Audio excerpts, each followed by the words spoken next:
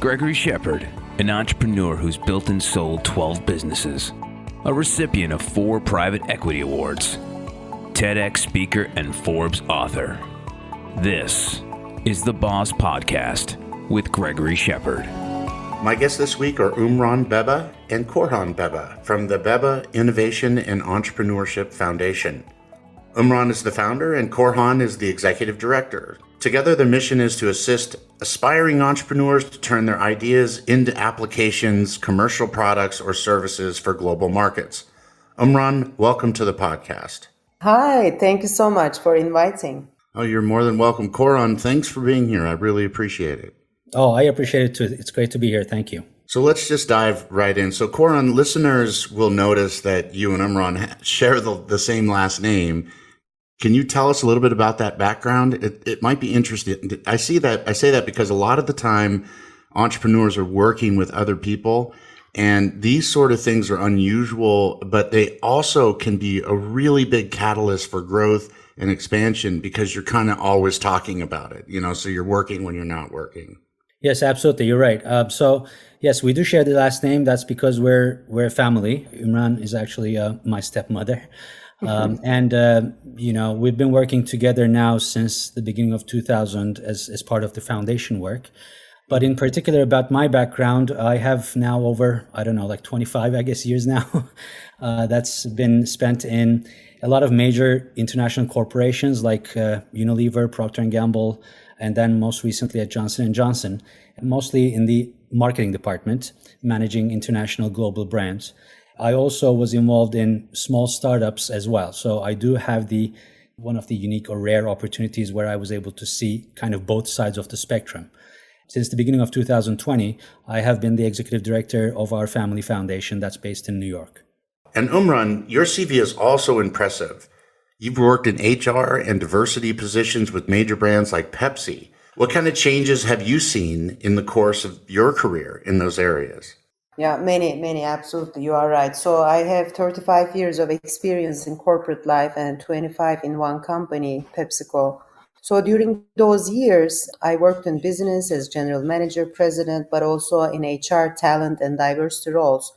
And even if I was not in a diversity role, actually, I was working on diversity on the side as a project because I was the only woman in most of the rooms throughout my career. So for me, it started actually looking at the gender agenda, especially in the countries where I was operating, starting with Turkey and then Southeast Europe, Asia Pacific, Middle East, Africa.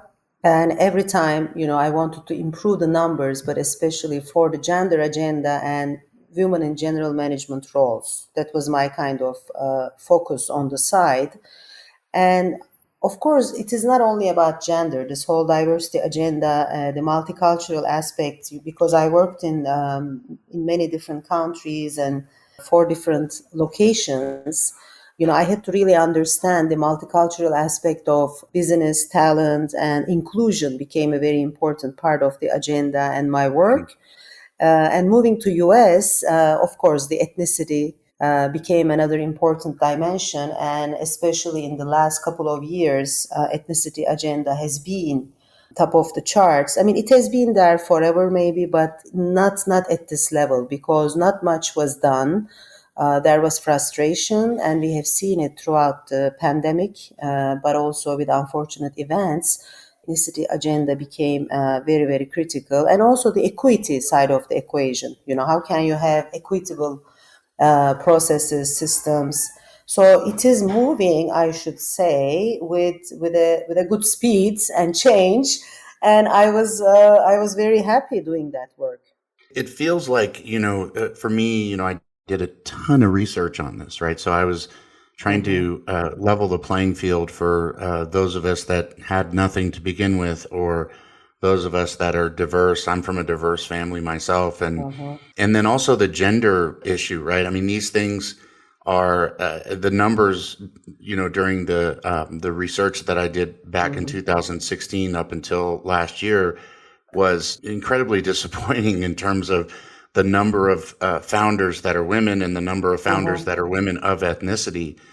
So the impact that you're making, do you feel like it's starting to increase? Do you feel like it's getting better? Do you feel like we're going in the right direction? I mean, absolutely, it's top of mind today for organizations, for governments. Now, do we see enough progress? I think we unfortunately, it is not immediately visible in the top positions. But throughout the pipeline, especially in the corporate, yes, you see. In entrepreneurship, I think with the pandemic, we have also seen more positive change. Now the question is, it is not the number of women and multicultural women in these fields, but can they get funding? I think Mm. that's the critical question now. Yes, there is a lot of interest from those cohorts, but can they get the funding? Therefore, how can we support them to have the right training, mentoring, and go for and ask for the funding? I think that's going to be the focus, or should be the focus, I believe. I agree. I want you to unpack the Innovation and Entrepreneurship Foundation that you founded 4 years ago, and tell the listeners a little bit about what it is, what your mission is, and why you did it. So we originally come from Turkey. Then, as a family, we lived in Hong Kong, Dubai, and we moved to US in 2016 with my role. And my husband has been a professor of entrepreneurship and was teaching in many prestigious universities around the globe. So when we moved here, he said, "I don't want to go to another university, but it's time to really return." Uh, he always says like it's learn, earn, and return. So he said now it's time for return, and we decided to establish this Beba Innovation and Entrepreneurship Foundation. Him being the lead, and me, like a co-founder, and later Korhan joined us. And our objective was really to focus on women and youth in terms of entrepreneurship and how we can support them with trainings, mentoring, and also competitions. So bring those ideas out and support them, give mentoring and training. So that's the way it started.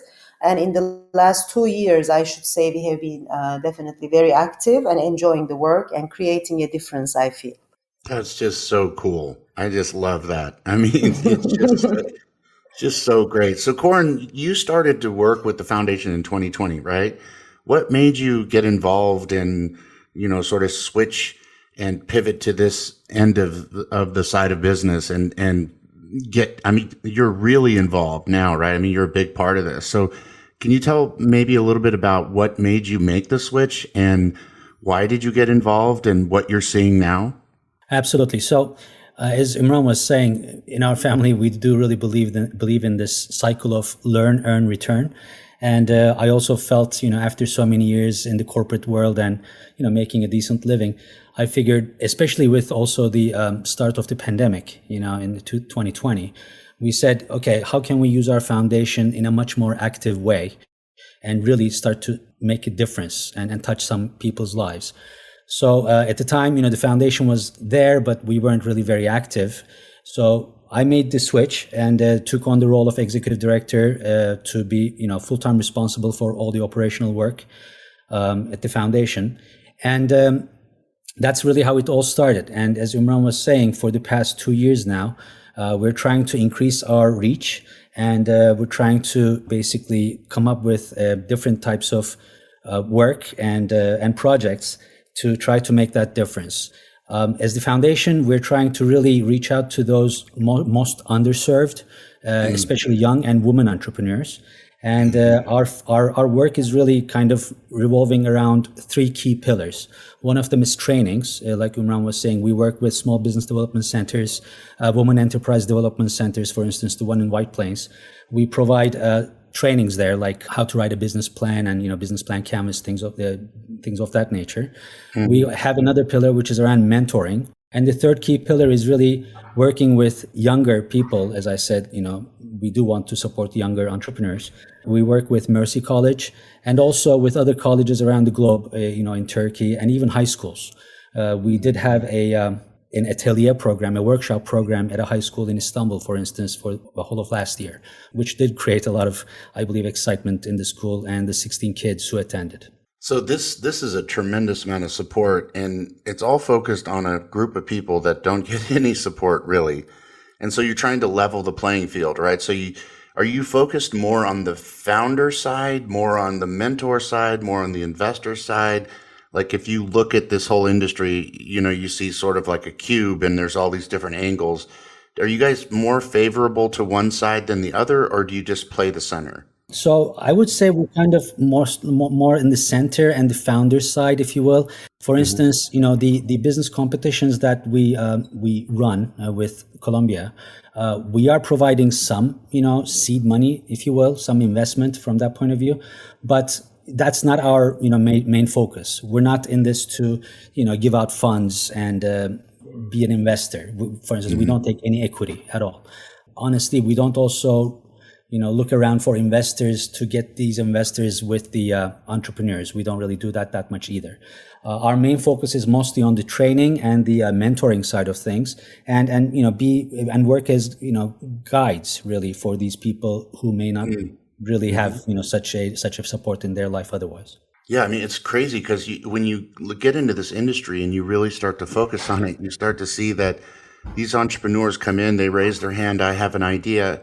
And the first thing they get hit with is like 4,000 people trying to sell them things and offer them advice, and they don't even know where to start. So groups like yours really come in handy to make sure that they get some focus, right? And some direction, and they aren't susceptible to all of the people out there trying to sell them things that they're too naive to understand they don't need at that point in their business career, in that point of their startup. Absolutely right. I mean, a lot of the women, for instance, that work with the Women Enterprise Development Centers, to your point, they don't really know where to start from. There's so much out there, and they get, I guess, bombarded by, these types of things that you were mentioning. So yeah, I mean, I think it's really good to be able to kind of show them the way, if you will, in a bit more focused manner. Yeah, I mean, from my perspective, when I started 30 whatever years ago, I started building businesses. It was like that, right? It's like you're sitting there and I have this idea, and well, back then you didn't even have search engines, but even now, I don't even know if it's that much more helpful, because now you go online and there's like a million things, and you can spend months just going down different rabbit holes trying to figure out where you are in this ecosystem. So I think the guidance that you had mentioned that you do with the mentors and sort of sherping their way through this is just really, really cool. What are some of the biggest challenges you guys have?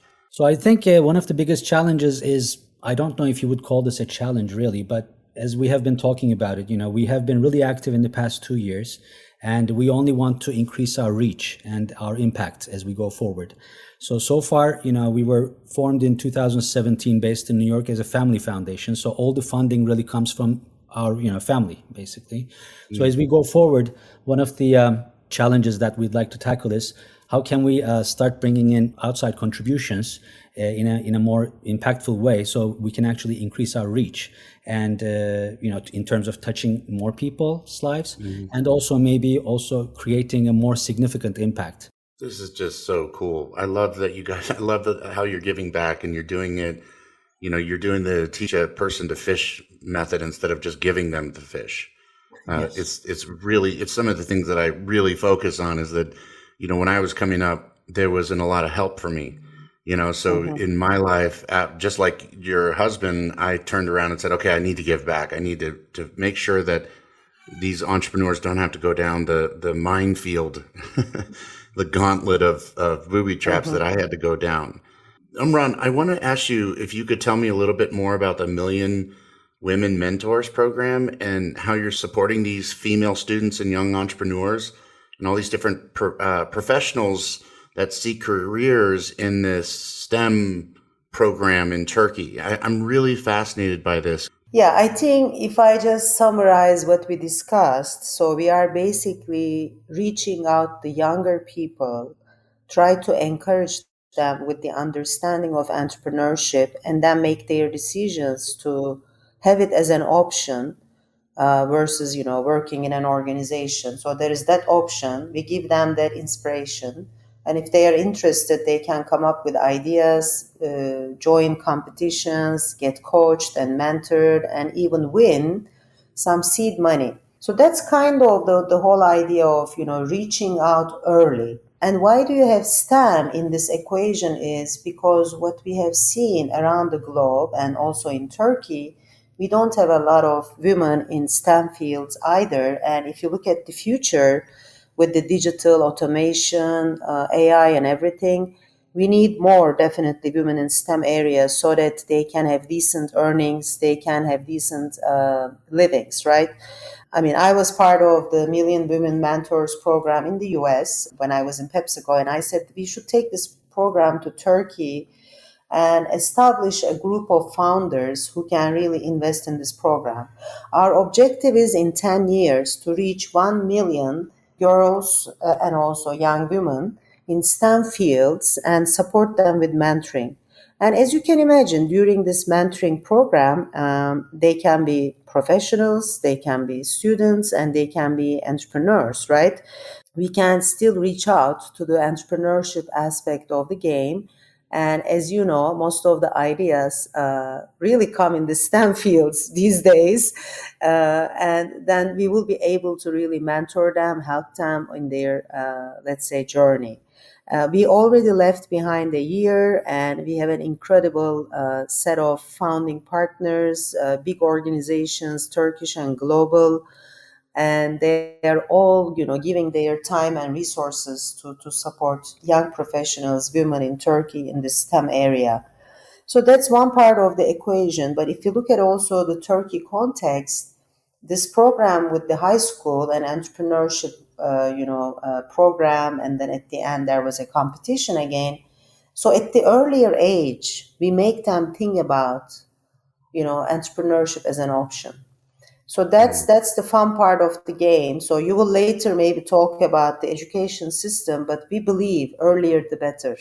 I think it's really neat. I think that I hear a lot about with the women movement and with ethnicities. I hear a lot about, even myself, about leveling the playing field and trying to bring these people up to a level where they should be. And on the other hand, I had a conversation with somebody the other day, and she was telling me that, this is not just about raising these people from a certain level to another level, but also getting a perspective that you can't get from other people. You get a perspective from women, and you get a perspective from people of ethnicity that you just don't get from. So they add value that is unseen, like shadow value. So there's another important component to this outside of just leveling the playing field, right? And that is getting this other perspective. Do you agree with that, or what are your feelings about that? No, absolutely. I mean, I am also mentoring, women for boards. I mean, that's another level, so you have the entry level, you have the highest level. And the reason, as you say, the whole idea of diversity and diversity of thought, how you can make businesses better, either a startup or an established corporation. But if you have diversity in a board from a multicultural background, gender and ethnicity background, veterans, LGBTQ, all those different life experiences actually matters in terms of innovation. So that's the starting point, really, not just to have 50-50. I mean, yes, of course we should, but they bring something different, let's accept it and take care of it. Yeah, especially when you're looking at the whole idea of entrepreneurship, right, is to solve problems. Well, if people aren't experiencing those problems, they're blind to them. So the people that grew up the way I did and other people that have other challenges similar to that are the only people that are even aware of these challenges, let alone have the capacity of even thinking about solving those problems. Absolutely, yeah. Korhan, everybody loves a little bit of competition, and this Greater Good Challenge has my attention. Can you tell us a little bit about what that's all about? Absolutely, Greg. Yes. So this actually really started in 2020 again with the pandemic. So as I came on board as the director, we were looking at ways to really, make an impact, as I was saying. And Umran is also on the board of Columbia University School of Professional Studies. We were talking with them and exploring different ways of different opportunities that we can partner with. And with the pandemic, we said, okay, look, I mean, there's obviously a big problem here. why don't we think of a business ideas competition, a business plan competition, where we can, ask anyone who's interested within the school to come up with their ideas to solve some specific problems.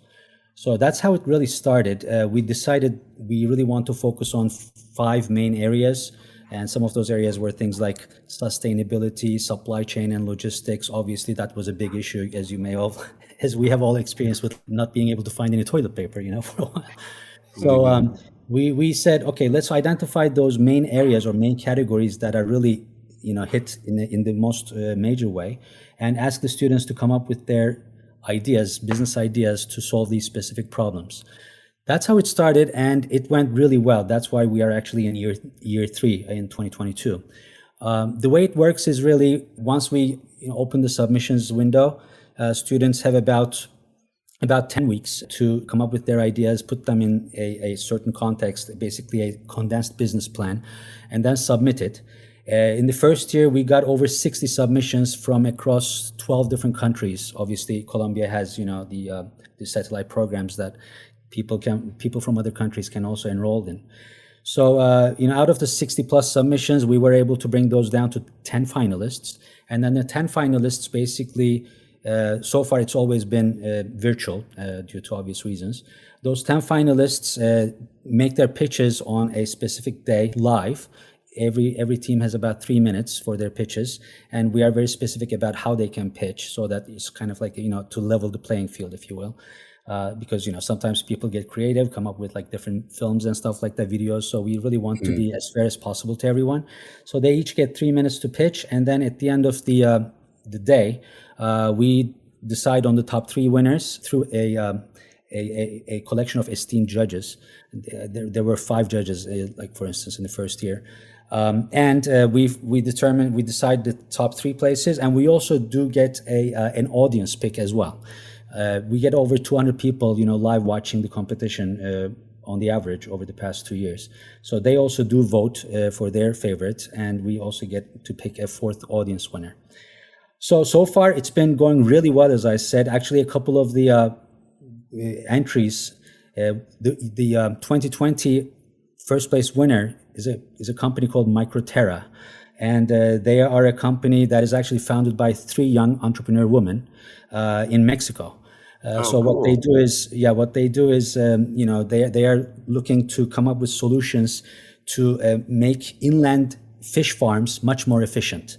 I don't want to get into all the details, obviously, we don't have time, but if your listeners would like to learn more, they can obviously email us, or they can just go out and check out their website. They're making a significant impact. After they actually won the competition in 2020, they went ahead and got some significant funding through a couple of series, of investing pitches.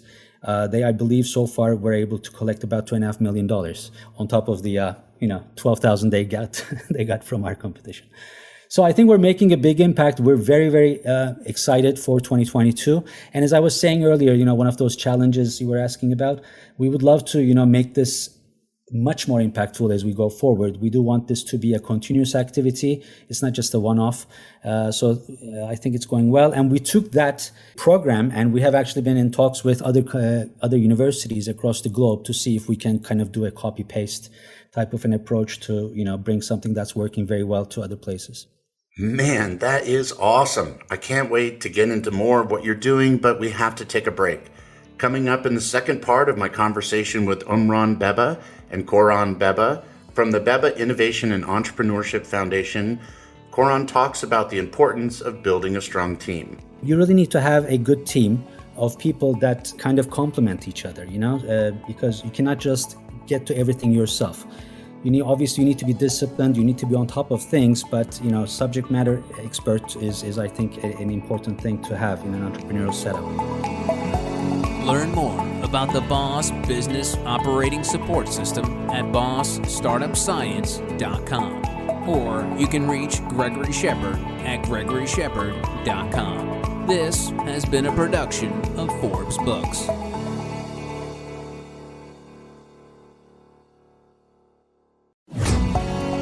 Gregory Shepard, an entrepreneur who's built and sold 12 businesses, a recipient of 4 private equity awards, TEDx speaker and Forbes author.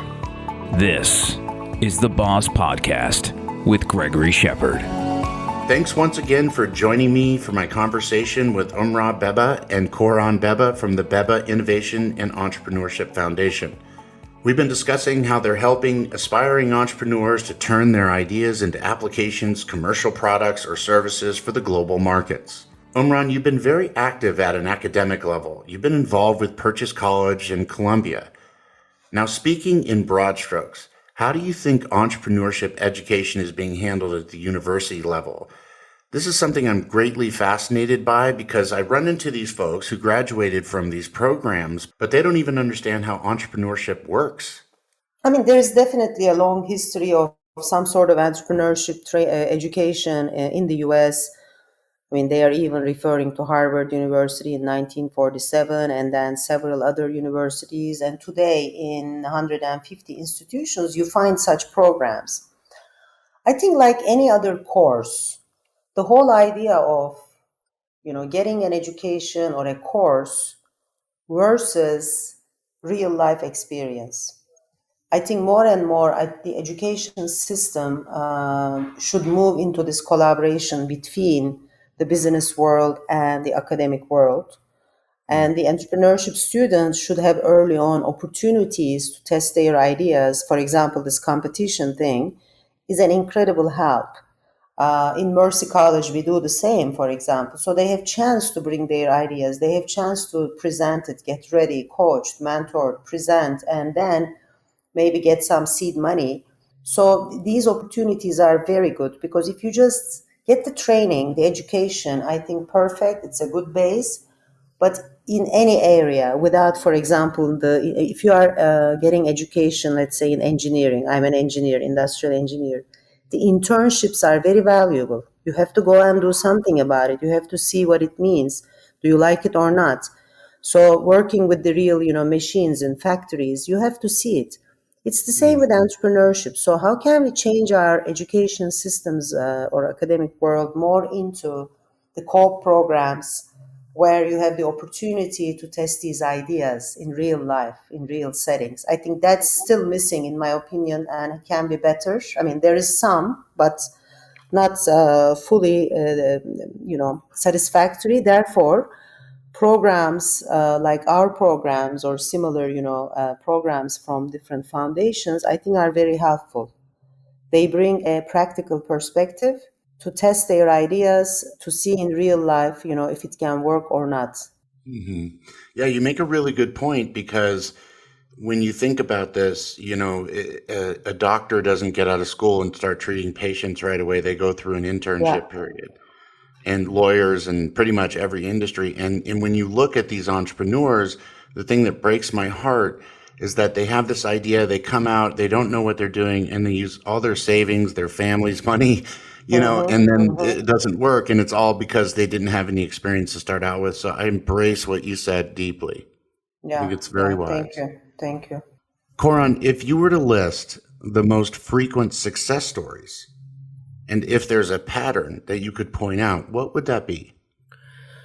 Well, I think when you look at some of the most successful stories out there, firstly, there is the common characteristics of successful entrepreneurs, right? There's a question: are you born an entrepreneur or can you be taught? Obviously, it's probably a mix, but you do have to have certain characteristics, such as, you need to be determined. You need to be a curious person to be able to look out there and identify problems, that you can bring unique solutions to that people actually will pay for.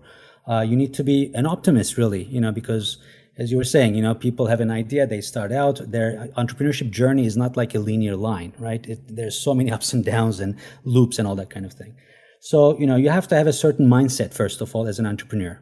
I think the other is having a great team. Yes, there's solopreneurship, and that's getting even more and more widely available nowadays, I guess. But you really need to have a good team of people that kind of complement each other, because you cannot just get to everything yourself. Obviously you need to be disciplined, you need to be on top of things, but subject matter expert is I think an important thing to have in an entrepreneurial setup, in entrepreneurial teams. So, team is very important. And obviously, one of the key other things is, having a product or service and market fit.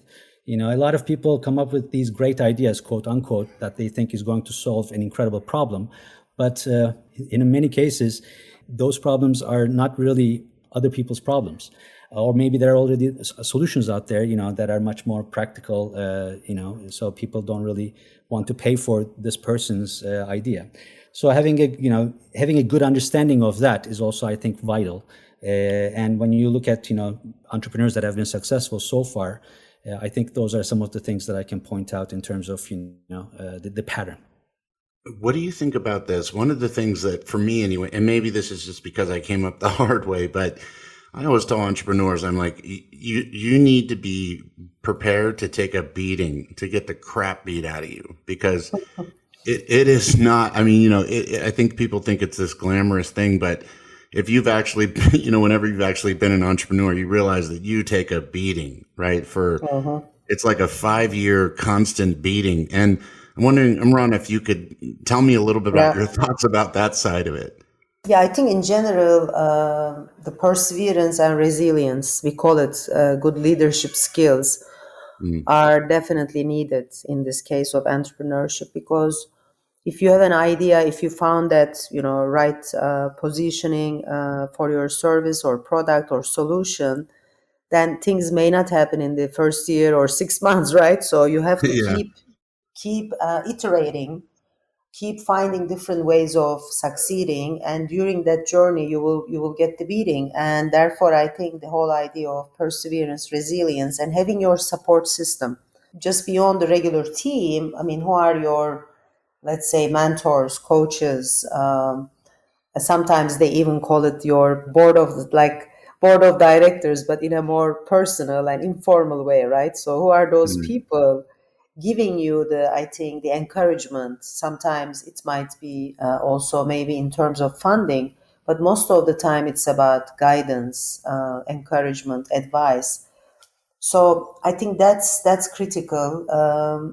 I mean, everything starts with, of course, the passion and determination, but there is a lot of good work you have to do. Right? I mean, some research, some understanding, some data, and sometimes we see that faster the better. I think entrepreneurs, you know, would like to just go ahead without checking some of those things and understanding the Right. market. Huge mistake, right? Yeah, competition, and let's go and do it. Of course, I mean, that kind of needs then the adjustment, the iteration, and you have to get some beatings and learn. So trial and error, we call it in all terminology, I think, becomes part of the game. But I would say perseverance, resilience. I mean, that's what I have seen also in business world. But in entrepreneurship, I think you need at least 2 times of that Yeah, for style. sure. I agree. I feel like, you know, for a lot of entrepreneurs, you know, if you think about the average, because, you know, they'll sometimes I'm on these podcasts where I'm on the other side of the mic, and they'll ask a question like, what's a day in the life of? And I tell them, well, let's see, you go through depression, stress, fear, elated happiness. You know, I mean, you know, Yeah. it's a roller coaster ride up and down all day. Every phone call, Absolutely. some are happy and some are like, oh no, Mm-hmm. you know, and you know, investor says something good. The next one says your idea is horrible, and you're going through this roller coaster ride. Mm-hmm. And I always tell them, I say, you know, you have to constantly maintain homeostasis, you know, and stay Yeah. at one level the whole time and try to keep yourself together. Mm-hmm. I'm wondering, Umran, if you look at the other side of the question that I asked Korhan, if you think about why the entrepreneurs fail, right? So I have done this really big study on why entrepreneurs Mm-hmm. fail at this Mm-hmm. 90% rate for like the last 20 years. It's incredible. And it Mm-hmm. hasn't changed. What sort of patterns are you seeing in terms of why they're failing? The opposite question as I gave Korhan with Yeah. Yeah. regards to why they're succeeding, right? Yeah, I think that identification of the problem or the pain point and really understanding what are the solutions in the marketplace. Are you going to be unique or not? And how are you charging in terms of pricing? That becomes like sometimes, you know, it's driven too much by passion, but not Mm, enough, let's say, data and analytics. mm, So I think that balance is very important. You have to really do some due diligence or preparation work before jumping in and, bringing your passion to life. Maybe it is not somebody's need. It might be your passion, but it might not be the need of some other people. So how do you bring that together? The personal passion, I think, and the need of consumers or need of organizations, let's say, whatever is the target group. So that's, I think, one aspect. So pricing is another very critical aspect, and the cost structure. Sometimes underestimating the costs and focusing too much on optimistic revenue numbers might lead you to some misforecast, let's say. Uh-huh. So which will then you will be out of cash, and if you don't find investors at that point, this unplanned out of cash situation, will be the end of that, I think, passionate start. And as mentioned, the team, but also the support system. And also we talked about the women and multicultural people, different ethnicities. How can they get more funding? Finding Hmm. the money and having equal chance in this environment, I think, is the critical one. I mean, failure, as I said, in the beginning, you might have some seed money, but then if you don't get in the second round, third round, the support the others are getting, then you will fail. You will be in trouble. And to that point, Koran, when you think about this, do you feel like there are certain areas, they have that term, the valley of death? Do you think in terms of the life cycle that there are certain areas in the journey that these failure points have the most impact? Yeah, absolutely. So, according to a lot of studies, and obviously, you've done a major study yourself, like you were mentioning. Mm-hmm. I've been seeing that within basically the first 3 years, most of Hmm. the startups fail, and that's really due to those things that Imran was talking about. Because that's at the beginning of the journey. Really, that doesn't mean that after year 3 you're like everything is the grass is green, and everything.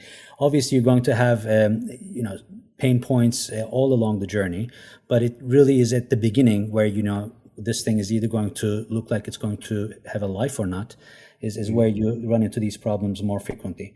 After you cross that threshold, I would say, of course, there, like you were saying, I mean, you take a beating regardless as an entrepreneur, pretty Yeah, much, right.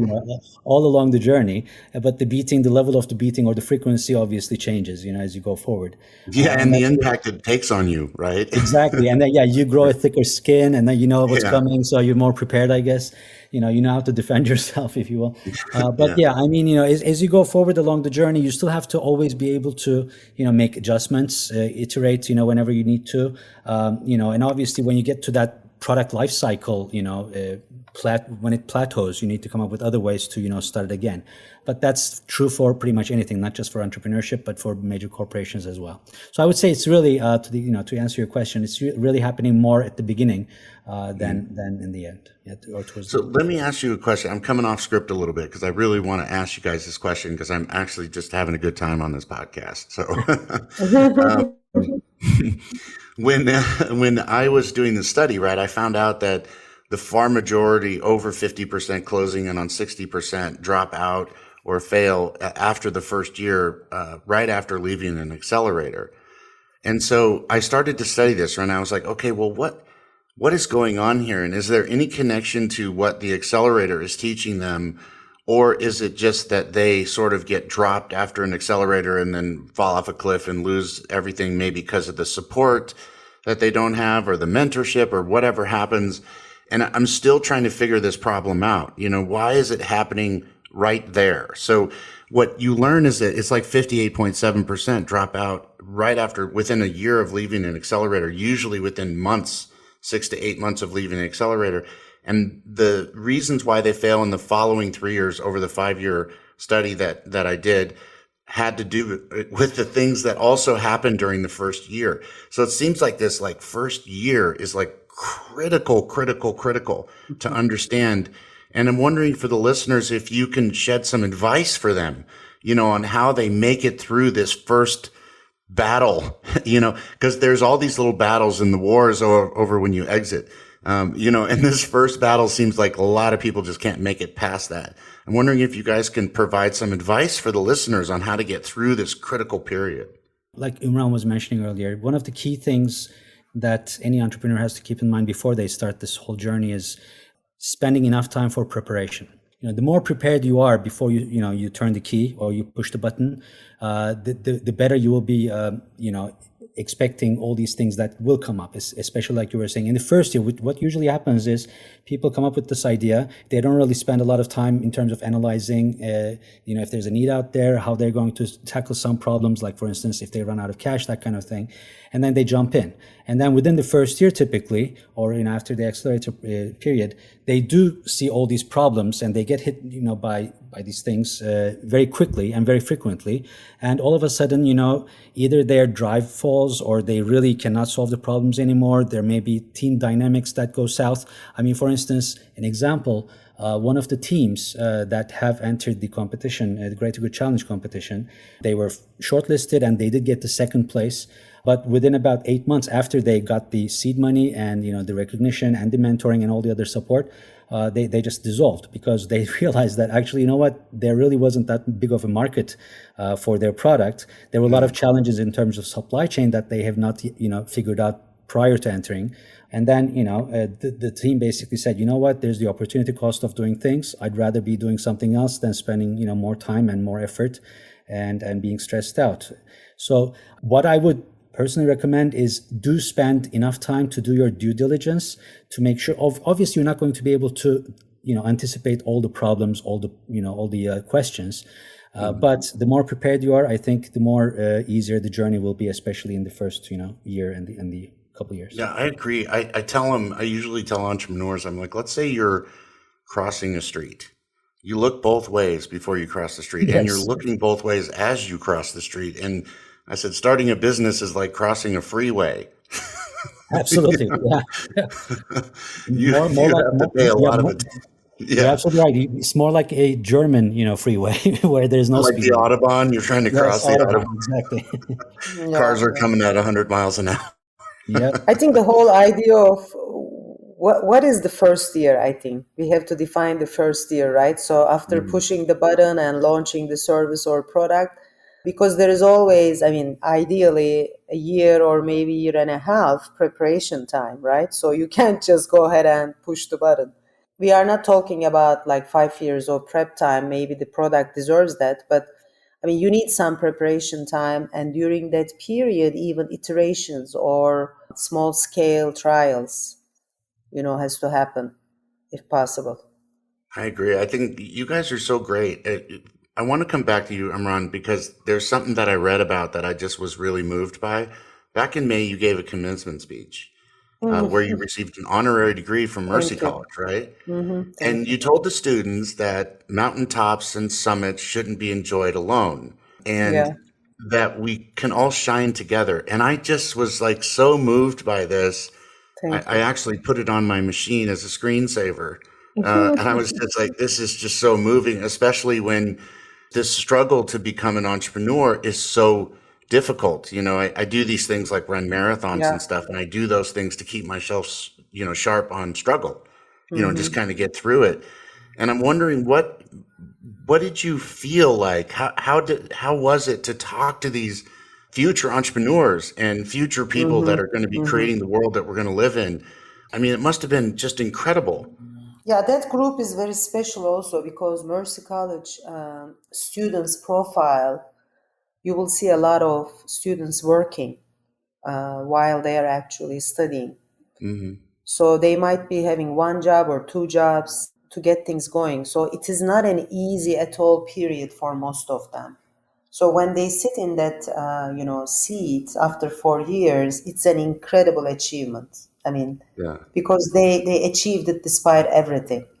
Their family support. Some of them are married with kids and they came back and did this study, while after many years of work, and now they want to be an entrepreneur maybe. So a lot of emotions in that specific event. So my speech was basically about, how do you take care of yourself also within all the things you have been through and expecting you out there. So that care element starts with yourself, but also caring for others. And then I was talking about the community aspect, right? Hmm. So they succeeded because of some other people. I mean, it was not always just them alone. It was their family, friends, community, managers, whatever. So I think that's very critical. We don't succeed alone. If you look at any entrepreneur or any individual, I don't think it's a story of one person. There are always others, and we need to appreciate that, but also we need to get support, ask for help. Yeah. That's my philosophy. Yeah. Yeah, it's beautiful. I mean, I always say namaste because, I Mm-hmm. like the idea of us all being one and we all come from the same place and we each see each other. And Mm-hmm. if we do see each other, we realize that when the tide comes in, all ships rise, you know? Yeah. Yeah. And I think I was really moved by that, and when I Yeah. was young and I was coming up as an entrepreneur, I was working 4 jobs, literally 7 days a week, Yeah. 24 hours a day. I was sleeping on the nighttime job, to be honest, but Mm-hmm. Mm-hmm. Mm-hmm. but so when I read that, I was just like, this is just so, you guys are just really beautiful, kind, giving people. And what Thank you're you. doing for this environment is incredible. Like, the future of our world comes from these entrepreneurs. Large companies don't even innovate anymore. They just buy Mm-hmm. innovation. Mm-hmm. 75, 80% of Yeah. them outsource their innovation to accelerators now. So true. Um, Yeah. I just can't say enough about how great you guys are and what you're doing. And Thank yeah, you. it's just really, I'm grateful that I was able to talk to you, and I'm grateful for what you're doing every day. Thank you so much. Thank you. Thank you for the opportunity. And Greg, thank you. And by the way, I did watch your TEDx talk, and my hat off to you too. I mean, I think you're a brilliant person. The challenges that you tackled throughout your lifetime, what you're doing right now, is very adorable. And really, I'm personally very grateful to be on this podcast with you, and I hope it helps some of your listeners. But it's been great meeting you and talking to you. Thank you, sir. Thanks so much. That means a lot. To find out more about Umran and Korhan's work, go to bebafoundation.org. And that wraps up this episode of the Boss Podcast. If you enjoyed the show, make sure you take a second to subscribe so you automatically get notifications of when new shows drop. Also, if you have a minute, I'd love it if you could leave us just a little review so more folks like you can discover the show. Until next time, namaste, my friends. Learn more about the Boss Business Operating Support System at bossstartupscience.com. Or you can reach Gregory Shepard at gregoryshepard.com. This has been a production of Forbes Books.